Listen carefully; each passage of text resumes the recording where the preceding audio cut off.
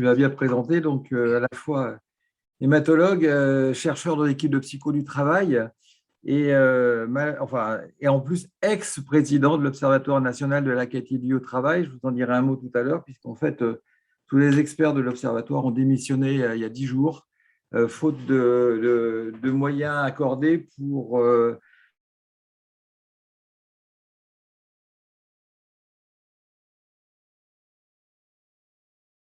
je suis un ex-président. J'ai axé donc ma présentation sur deux parties. Donc, effectivement, présenter un peu l'observatoire et puis, dans un deuxième temps, présenter notre démarche participative, qui est donc un modèle d'organisation de service. Je dirais que c'est un service magnétique. On parlait tout à l'heure des hôpitaux magnétiques. Je crois que les hôpitaux magnétiques, ce n'est pas applicable en France, mais les services magnétiques, c'est applicable en France. Et je trouve que c'est très complémentaire avec la présentation de Fanny Vincent tout à l'heure, puisqu'en fait, sur cet observatoire, on a les facteurs déterminants de la qualité du travail, et en dehors de tout ce qui tourne autour de l'organisation, enfin disons du travail lui-même, des horaires, etc., de la charge de travail. Et c'est vrai que c'est très important, parce que c'est un facteur aussi déterminant pour la réussite de notre modèle. Ensuite, on va aller sur les facteurs interpersonnels et surtout les facteurs managériaux et organisationnels qui sont probablement les plus importants avec la charge de travail dans le déterminant de la qualité de vie au travail. Donc, je vais partager mon écran. Tout à l'heure, ça a bien marché, donc il n'y a pas de raison que ça ne marche pas. Est-ce que vous voyez bien? Allô, allô? On voit très bien.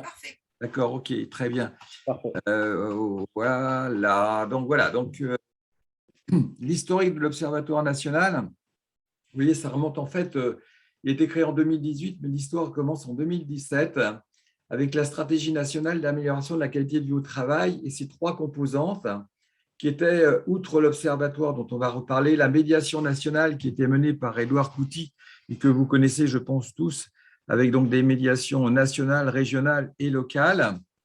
Et puis, la mission nationale qui avait pour objectif de mettre en place les mesures pour l'amélioration de la qualité de vie au travail.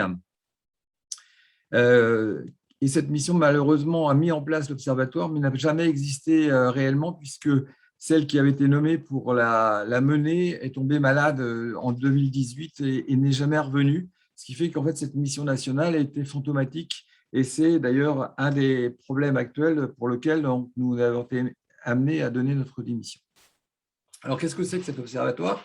Vous voyez, ça concerne la qualité de vos travail de tous les professionnels de santé, de tous les secteurs sanitaires, médico-social et aussi domicile. C'est-à-dire qu'en fait, c'est un énorme chantier, en sachant qu'il y a eu déjà pas mal de choses qui ont été dites sur le sanitaire et le médico-social, mais que très peu de choses ont été dites sur le domicile. Donc, l'Observatoire national, il a été créé donc en 2018 et donc il regroupait 12 experts scientifiques qui étaient vraiment un profil de chercheurs, mais de thématiques très différentes. Il y avait des psychologues, des sociologues, des gens de la médecine du travail, il y avait la médecine générale, il y avait des gens du management, et, voilà, et des praticiens. Et nos missions initiales étaient assez ciblées. La première chose, c'était de recueillir des données quantitatives et qualitatives et de les mettre à la disposition des professionnels de santé, en particulier des managers. Et donc, ça aboutit, comme vous le verrez, à la création d'un site Internet. Deuxième chose, c'était d'élaborer des recommandations et avis. Donc, on a créé 4 groupes de travail et d'organiser un colloque annuel. Donc, concernant le premier objectif, vous voyez qu'on a créé un site Internet. Alors, je ne ferai pas un sondage parce que je crois que c'est absolument impossible sur les gens qui écoutent, mais j'arrive d'un congrès des médecins du travail des hôpitaux et j'ai posé la question de savoir qui, parmi les 120 présents, connaissait l'Observatoire national et en particulier le site Internet de l'Observatoire. Et il y a eu 2 réponses positives. Donc, vous voyez, je pense qu'on a beaucoup travaillé, qu'il y a des choses très intéressantes, mais que globalement, ce site n'est absolument pas connu. alors qu'il y a des choses directement applicables qui sont en particulier les retours d'expérience et des outils.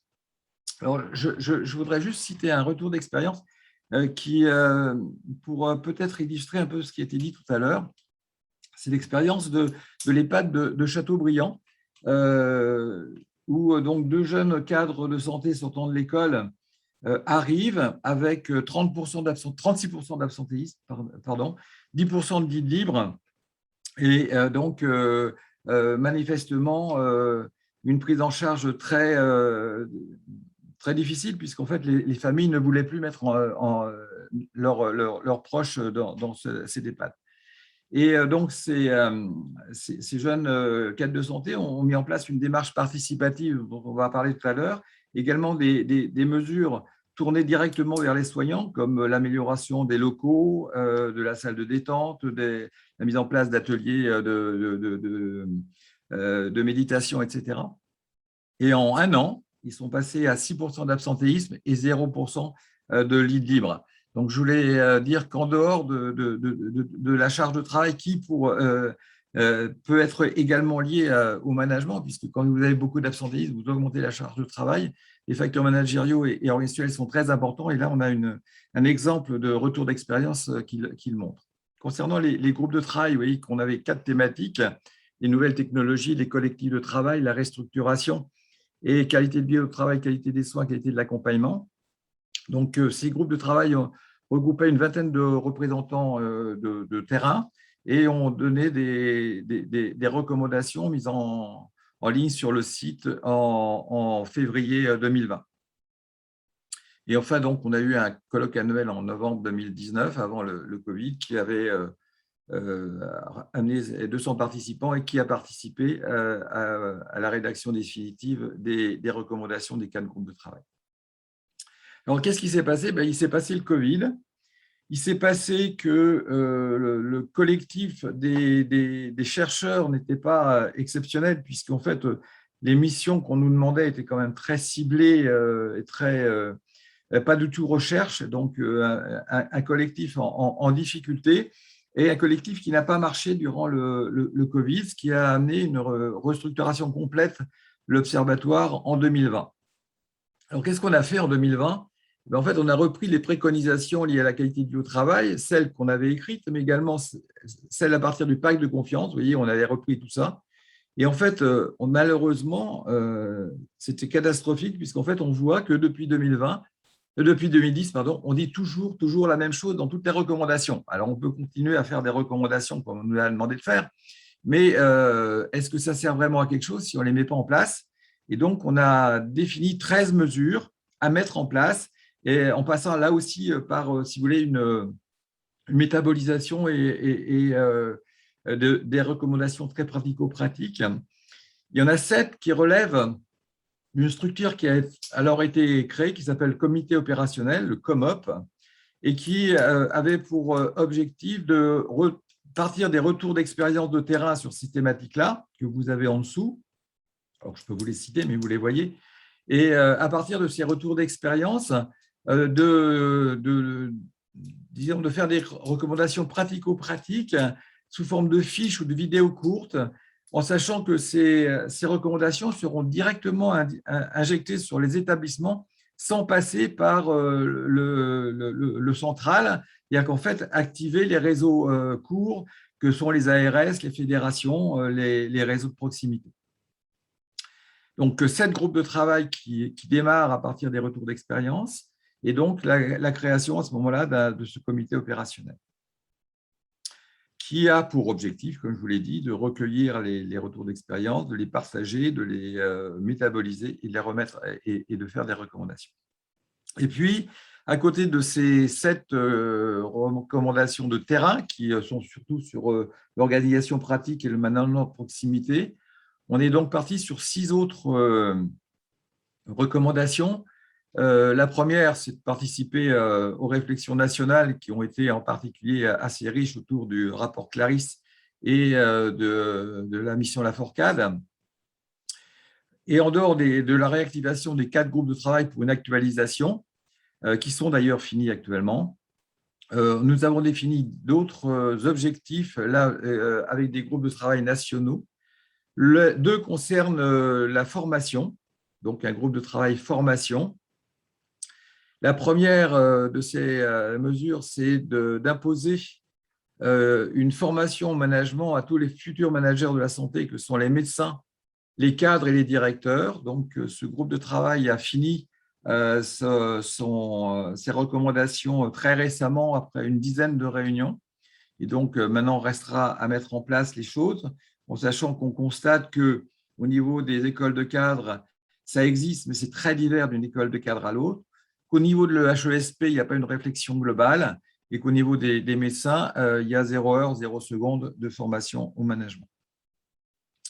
La deuxième mesure qui est à travailler, puisque pour l'instant, on n'a pas commencé, c'est sensibiliser tous les professionnels et tous les étudiants en santé à la prévention de l'épuisement professionnel. L'autre mesure, ça concerne l'ambulatoire et le domicile, et donc proposer des mesures pour améliorer la qualité de vie au travail des soignants du domicile, en sachant que la difficulté, c'est la diversité à la fois des professions et des exercices.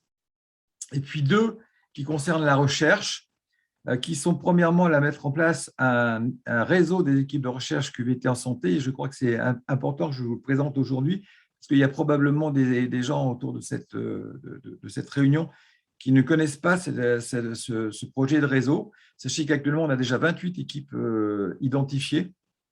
Donc, l'idée, ça va être de créer ce réseau et également de créer, d'essayer de mettre en place un appel d'offres recherche centré sur la QVT dans le domaine de la santé. C'est pas très simple maintenant, puisque probablement que ce réseau va se monter, étant donné la dynamique actuelle, mais peut-être en dehors de l'observatoire. Alors, qu'est-ce qui s'est passé récemment? C'est que ça bouge. Ça bouge au niveau des textes, mais ça ne bouge pas beaucoup au niveau de la mise en place. Donc, vous savez qu'on a eu la modification du Code de la santé publique, on va y revenir dans une diapo suivante. La loi RIST d'avril 2017 et la circulaire Claris du 6 août 2021. Alors, qu'est-ce qui apparaît? C'est pour la première fois dans un Code de la santé publique, on a donc l'apparition d'un projet de gouvernance et de management participatif. Et on a également donc la notion de la formation obligatoire pour les personnels médicaux et non médicaux qui auront un poste de responsabilité, c'est-à-dire pour les managers. On a également donc un projet social qui impose la mise en place d'un projet managérial qui aborde la qualité de vie au travail. Et puis, la grande chose, et j'espère que vous la connaissez, c'est la circulaire Claris du 6 août 2021 qui fait 52 pages, donc je ne reviendrai pas sur le détail, mais qui aborde à la fois le projet de la gouvernance, la structuration de la gouvernance, et puis qui aborde également, le management de proximité et la formation obligatoire des médecins en position de management. Et comme vous allez le voir, en fait, ce qui concerne le management de proximité, c'est exactement le modèle que nous, on promeut depuis 30 ans. Alors, des messages essentiels sur la qualité de vie au travail. La motivation intrinsèque liée au sens du travail est beaucoup plus efficace que la motivation extrinsèque. Et ça, c'est démontré dans toutes les études de psychologie du travail, c'est-à-dire qu'en fait, que la qualité de vie au travail et le plaisir au travail sont plus importants que les salaires et les récompenses extérieures. Que la première cause de souffrance au travail, c'est le manque de reconnaissance, en sachant que le manque de reconnaissance, c'est lié au management de proximité, donc de N+1. La qualité de vie au travail des équipes, c'est les cadres et les médecins. La qualité de vie au travail des cadres et des médecins, c'est la gouvernance. Et enfin, donc, la qualité de vie au travail régit à la fois la satisfaction au travail, l'engagement au travail, la qualité et la sécurité des soins. Donc ça, je crois que ce sont vraiment des messages essentiels, démontrés scientifiquement à de multiples reprises et qu'il faut garder en tête. Donc, comme je vais vous montrer donc, le modèle de la démarche participative, ce modèle, nous l'avons créé donc, en 1991, donc un modèle qui existe depuis 30 ans et qui est obligatoire dans tous les services de soins depuis 2004. C'est ça qui est absolument étonnant, c'est-à-dire qu'en fait, ce modèle obligatoire depuis 2004 pour la prise en charge des patients en soins palliatifs, alors vous me direz où ça concerne les patients en soins palliatifs, oui, mais en dehors des services d'ophtalmo, je ne pense pas qu'il y ait beaucoup de services où il n'y a pas de patients qui meurent. Donc, en fait, c'est un modèle obligatoire dans tous les services de soins depuis 2004 et qui devient encore plus obligatoire avec la circulaire Clarisse. Donc, c'était juste pour vous montrer la circulaire de 2004, la mesure d'accréditation de la V 2010, voilà, qui montre que donc c'est une des 5 mesures prioritaires des mesures d'autorisation de l'HAS depuis donc 2010, avec notre modèle qui est dans les 5 dernières lignes. Alors, qu'est-ce que c'est que ce modèle? Eh bien, le voici. C'est un modèle donc pour moi donc, de service magnétique qui repose sur 4 types d'espaces d'échange et la démarche projet. Donc, on va revoir progressivement ces différents espaces d'échange. Le premier espace d'échange le plus important, c'est ce qu'on appelle les staffs pluriprofessionnels, qui regroupe donc toutes les composantes soignantes du service. Le deuxième type d'espace d'échange, c'est les formations internes aux équipes. Le troisième type d'espace d'échange, c'est le soutien aux équipes en situation de crise. Et le quatrième type d'espace d'échange, c'est des réunions spécifiques de managers, en sachant que ce type d'espace d'échange a été en fait rajouté au modèle en 2005, parce qu'en fait, on se rend compte qu'on ne peut pas arriver à mettre en place cette organisation de service si on n'a pas une homogénéité de management des médecins et des cadres. Et donc, on a été amené à créer cet espace d'échange en 2005 dans notre modèle. Et puis, la démarche projet dont on va y revenir. Alors, qu'est-ce que c'est que ces staffs pluriprofessionnels? Donc, ça, c'est la circulaire de 2004, la circulaire qui s'appelle « Mise en place de la démarche palliative en établissement ». Donc, qui regroupe donc, tous les professionnels de santé. C'est au moins une fois par semaine. C'est ciblé sur les patients normalement en situation complexe et en soins palliatifs. Et ça permet l'élaboration d'un projet de soins. Ça permet plus que l'élaboration d'un projet de soins parce que c'est également indispensable à la prise de décision éthique qui doit être, comme vous le savez, collégiale. Alors donc, dans cette circulaire, on parlait également d'autres types d'espaces d'échange qui sont les relectures de cas cliniques ou de cas éthiques. J'insisterai sur le fait que c'est un endroit où on fait de l'intelligence collective, puisque à partir des constats des aides-soignantes, des infirmières, des professionnels de soins de support que sont les psychologues, les assistantes sociales, mais également chez nous, la spécialiste de l'hypnose, de la socio-esthétique, l'art-thérapie ou la diététicienne, on va cerner le besoin du patient pour arriver à un projet de prise en charge personnalisé, qui est d'ailleurs une mesure obligatoire maintenant dans la V 2020 de l'HAS pour tous les patients atteints de maladies chroniques, cancer, la néphrologie, la neurologie, la gériatrie, la psychiatrie. Et la deuxième chose sur laquelle je voudrais insister, c'est que c'est un moyen de reconnaissance des différents soignants. Et donc, il y a un référentiel qui existe et qui a été publié dans un article dans le bulletin du cancer, qui est en fait l'importance de l'ordre de prise de parole.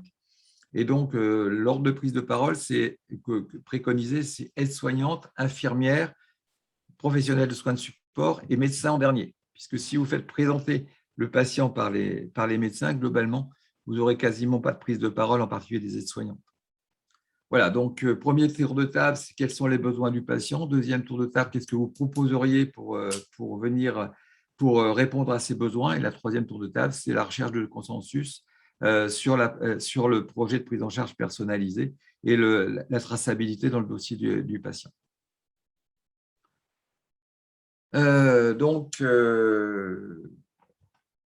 Le prérequis, effectivement, c'est le fait d'avoir une bonne communication au niveau des soignants.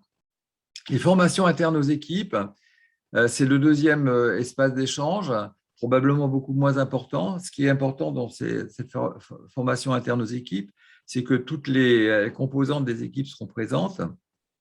Et que deuxième chose, que les thématiques des formations internes faites au niveau des services soient choisies par les équipes et non pas par la direction, enfin le management, en sachant que parfois il y a effectivement des problèmes techniques qu'il faut imposer si en particulier on a une nouvelle technique qui arrive dans un service.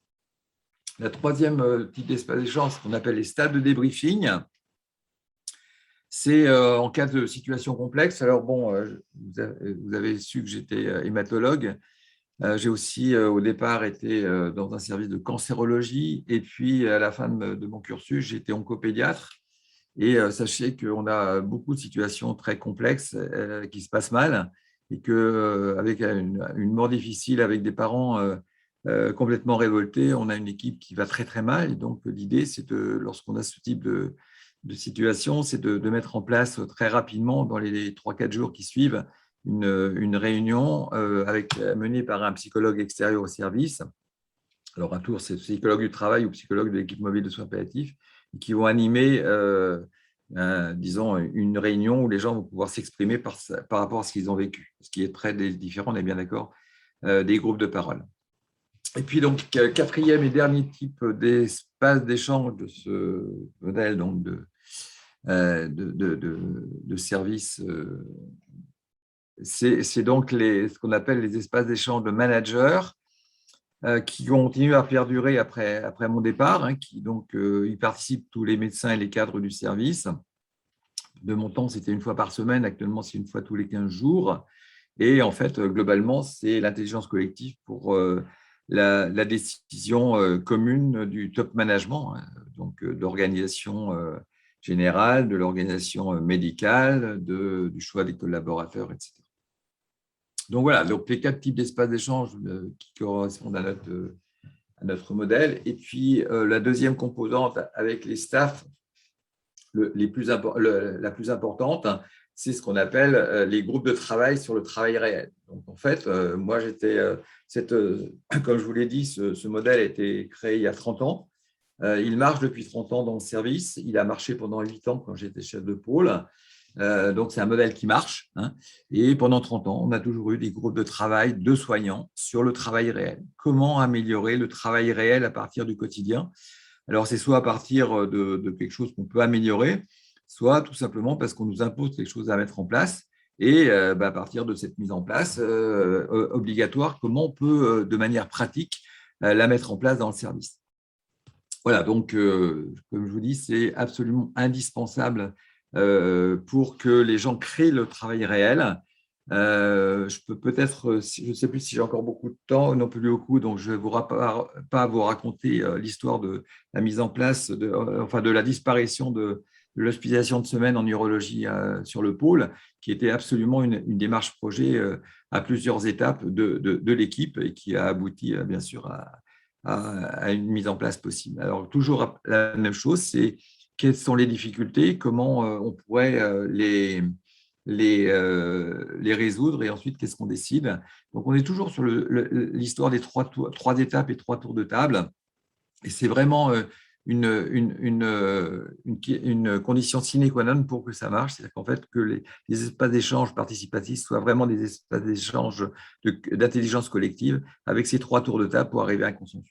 Alors, vous voyez les conditions de réussite autour de ça, c'est la qualité du management et du leadership, parce que je veux dire, on ne peut pas mettre en place ce type d'organisation sans un management très participatif et un leadership éthique à l'écoute de l'autre. C'est la nécessité de pouvoir libérer du temps. Donc ça, c'est effectivement une condition sine qua non. C'est une équipe stable travaillant sur des valeurs communes. Et si les valeurs ne sont pas communes au départ, il faut travailler sur les valeurs qui peuvent nous réunir. Et puis, c'est la qualité du binôme chef de service, cadre de santé. Alors, est-ce que tout ça, c'est Alors, je vous ai dit, on a créé le modèle en 91. On l'a rendu obligatoire en 2004. C'est de nouveau obligatoire dans la circulaire Clarisse. Mais est-ce que ça sert à quelque chose? Ça m'a amené donc à quitter l'équipe de recherche d'hématologie sur le micro-environnement des cellules souches leucémiques, devenir chercheur en psycho du travail pour démontrer si ça avait ou non un intérêt sur la qualité de vie au travail et la qualité des soins. Donc, vous voyez, on a fait une étude qui a été publiée dans 2 grandes revues internationales américaines qui concerne les centres d'oncopédiatrie en France. Vous voyez, c'est une étude qui concerne 440 patients et 510 soignants, en sachant que l'originalité de cette étude, c'est que la qualité des soins est évaluée par les patients et non pas par les soignants. Alors, voilà le modèle qu'on avait. On a testé nos 4 composants de la démarche participative, parce qu'on ne pouvait pas tester, bien sûr, les espaces d'échange de managers, les facteurs managériaux qui jouent le plus dans la qualité de votre travail, qui sont bien identifiés, que vous verrez, qui sont le leadership transformationnel, le soutien à l'organisation perçue, le soutien à l'autonomie et le justice organisationnelle, sur la qualité du travail des soignants et sur la qualité de prise en charge des enfants, et vous voyez, évalué par les enfants s'ils avaient plus de 12 ans et par les parents s'ils avaient moins de 12 ans. Et qu'est-ce qu'on a trouvé? Vous voyez une petite corrélation entre la démarche participative et la qualité du travail. Vous savez qu'on est très content qu'on est en 10-3, notre petit p. Là, vous voyez, on n'est pas à 10-3, on est à 10-9. Voilà, ça améliore également la satisfaction au travail et l'engagement au travail. Et ça améliore également la qualité des soins perçus par les patients. La satisfaction globale, mais également la satisfaction vis-à-vis de la formation délivrée et vis-à-vis de la communication au niveau des soignants. Et c'est le seul modèle au monde qui montre ça. C'est-à-dire qu'il n'y a pas d'autre modèle qui montre l'impact d'une organisation de service sur la qualité des soins évaluée par les patients. Il y a quelques études sur la qualité des soins évaluée par les soignants. Il n'y a aucune autre étude qui montre l'impact sur la qualité des soins évaluée par les patients. Voilà, alors dernière diapositive, c'est qu'on a regardé s'il y avait une corrélation entre les qualités managériales du manager et la démarche participative. Alors, vous voyez, on n'est pas très bon puisqu'on est entre 10-9 et 10-21. Ça veut dire qu'il y a une corrélation énorme entre l'organisation que nous proposons et la qualité managériale du manager. Alors, est-ce que c'est l'organisation qui existe qui attire le manager ou est-ce que c'est le manager qui met en place ce type d'organisation? Je ne peux pas vous répondre. Voilà nos quelques publications. Sachez qu'on est à 60 publications sur le modèle. Voilà un film que vous pouvez aller voir sur Internet qui montre le modèle. Voilà le livre qui est la 2e édition, puisque la première édition date de 10 ans. Et je vous remercie.